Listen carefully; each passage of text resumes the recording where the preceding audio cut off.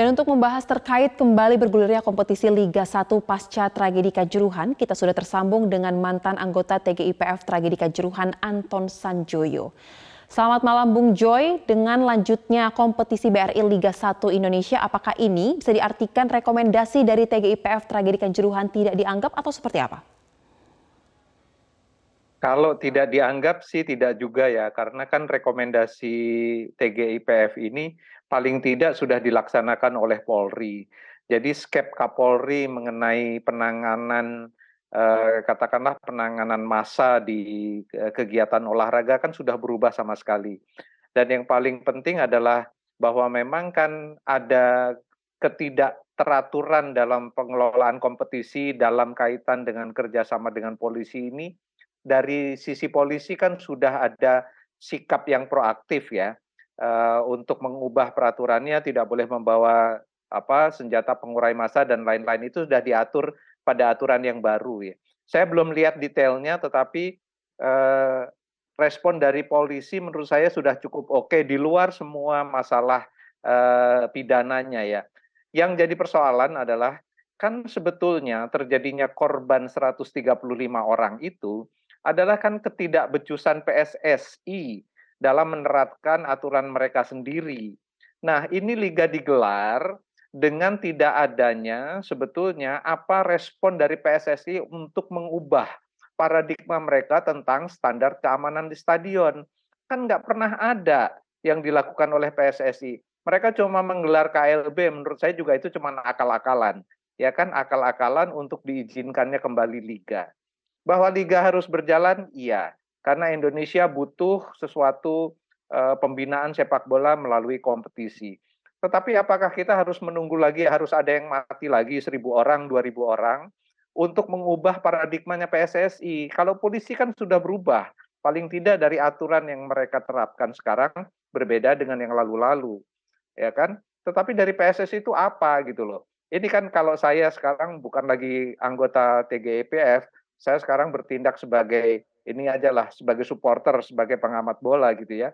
Ini PSSI ini ngapain sih bikin KLB juga menurut saya kan akal-akalan dalam arti mereka ini kan yang menyusun agendanya ya ESCO, ya kan? Sementara rekomendasinya dari TGIPF kan sebetulnya reformasi total, termasuk sebetulnya peraturan-peraturan yang melindungi mereka, yang absurd, melindungi mereka dari tanggung jawab hukum. Kalau ada apa-apa dalam sepak bola kan ini yang nggak pernah dilakukan. KLB itu cuma akal-akalan saja itu orang. Saya apalah, saya 30 tahun bersama mereka ya, sparring partner mereka di dalam peliputan. Saya tahu triki-trikinya mereka, akal-akal busuk mereka tuh saya tahu. Baik, Bung Joy, kita akan mengerucut mengenai kembali bergulir Liga 1 dan hingga kini kita juga tahu sikap dari Aremania ini masih menolak Liga 1 kembali bergulir sebelum tragedi Kanjuruhan ini selesai diusut tuntas. Karena menurut mereka ada tanggung jawab moral yang penting dalam kasus ini. Jika menurut Anda seperti apa sikap dari Aremania ini? Ya menurut saya sebagai Aremania yang paling banyak korbannya mungkin jumlah korban itu memang semuanya Aremania ya.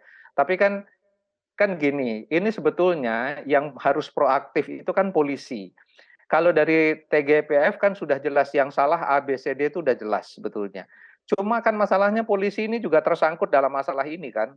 Bahkan yang menembakkan gas air mata kan mereka. Tetapi kenapa polisi menembakkan gas air mata ini kan salah PSSI gitu loh. Jadi harusnya yang ditangkap duluan tuh ya orang-orang PSSI oleh polisi. Tetapi kan mereka tidak bisa lakukan karena mereka juga bermasalah gitu loh. Aremania pun bermasalah, bahkan direkomendasi dari TGIPF menyatakan bahwa 2 orang pertama yang turun ke lapangan dan memicu eskalasi sampai 135 orang meninggal itu juga harus dipidanakan. Tapi kan sampai sekarang belum gitu loh. Jadi kalau menurut saya sikap Aremania ini agak ambigu, meskipun benar menurut saya, karena mereka juga sebetulnya sebagai komunitas mereka juga harus bertanggung jawab. Tapi tuntutan mereka benar, keadilan harus ditegakkan dulu, baru kompetisi bisa dijalankan. Tetapi kalau menunggu keadilan ditegakkan kan lama. Nah ini sebetulnya yang paling ditunggu ini respon dari PSSI, bagaimana mereka bersatu bertanggung jawab, kalau bisa secara pidana, bahkan karena mereka punya tanggung jawab pidana itu. Yang kedua, respon dari sisi keamanan stadion itu bagaimana? Kan belum pernah ada. Match commissioner mereka yang bertugas kan tidak melakukan tugasnya.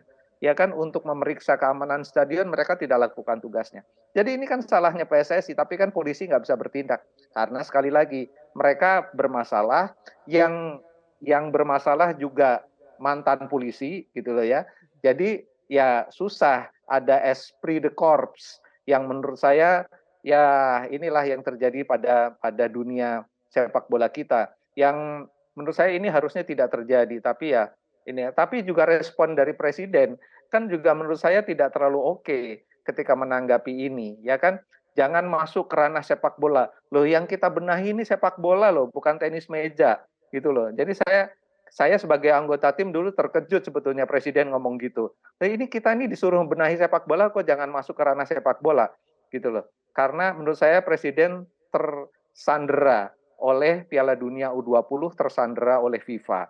Dan saya menyayangkan betul sebetulnya respon awal dari presiden seperti itu. Baik, jadi berdasarkan keterangan dari Bung Joy bisa saya simpulkan bahwa PR besarnya sebenarnya ini berada di PSSI dan tadi Bung Joy mengatakan bahwa KLB ini hanya akal-akalan dari PSSI. Lantas, idealnya jika menurut Bung Joy sebagai pengamat sepak bola dan juga mantan anggota TGIPFK Juruhan, apa seharusnya yang dilakukan? Mungkin sentilan untuk PSSI mungkin untuk berbenah terkait hal ini agar bisa menjadi titik tolak untuk mewujudkan perubahan dalam pengelolaan sepak bola dan kompetisi di tanah air. Yang pertama mereka kan harus bertanggung jawab dulu secara moral, ya kan? Mereka paling tidak kan waktu itu kita minta sebetulnya mundur, ya kan, untuk mempertanggungjawabkan itu di ranah pidana. Mundur dulu dong dari jabatan-jabatan di PSSI karena kalian itu bertanggung jawab terhadap kematian brutal, kematian yang sangat brutal dari 135 orang itu. Itu tanggung jawab PSSI. Dan itu kan mereka tidak lakukan. Dan akal-akalan cuma menggelar KLB, katanya akan ada kongres pemilihan dan macam-macam. Nanti yang dipilih mereka-mereka juga gitu loh. Jadi orang-orang yang berlumuran darah itu dengan kematian 135 orang itu ya tetap akan berada di sana. Dan rasanya memang ini ya tragedi ini hanya akan menjadi statistik saja 135 orang itu. Dan yang harus bebenah juga sebetulnya juga karena peraturan mereka sendiri mereka langgar, mereka berlindung di bawah statuta, ya statuta itu juga yang harus diubah. Karena statuta itu kan sebetulnya hanya turunan dari statuta FIFA dan statuta FIFA itu tidak diadopsi semua juga oleh Baik. PSSI.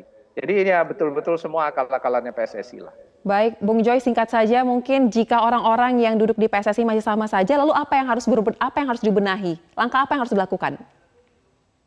Ya kalau saya sih sebetulnya yang paling krusial sekarang adalah penanganan di stadion.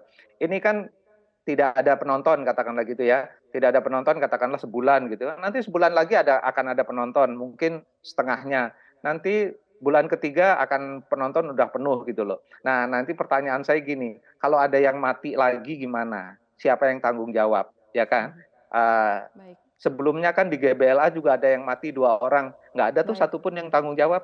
Terus kemarin di Kanjuruhan 135 orang baik, mati, Bung Joy. nggak ada yang tanggung jawab dari PSSI. Nanti kalau ada lagi nih yang mati, Baik, siapa yang mau tanggung jawab? Itu aja sebetulnya pertanyaan simpel saya. baik, oh, baik, Bung Joy. Terima kasih untuk waktunya di Top News. Salam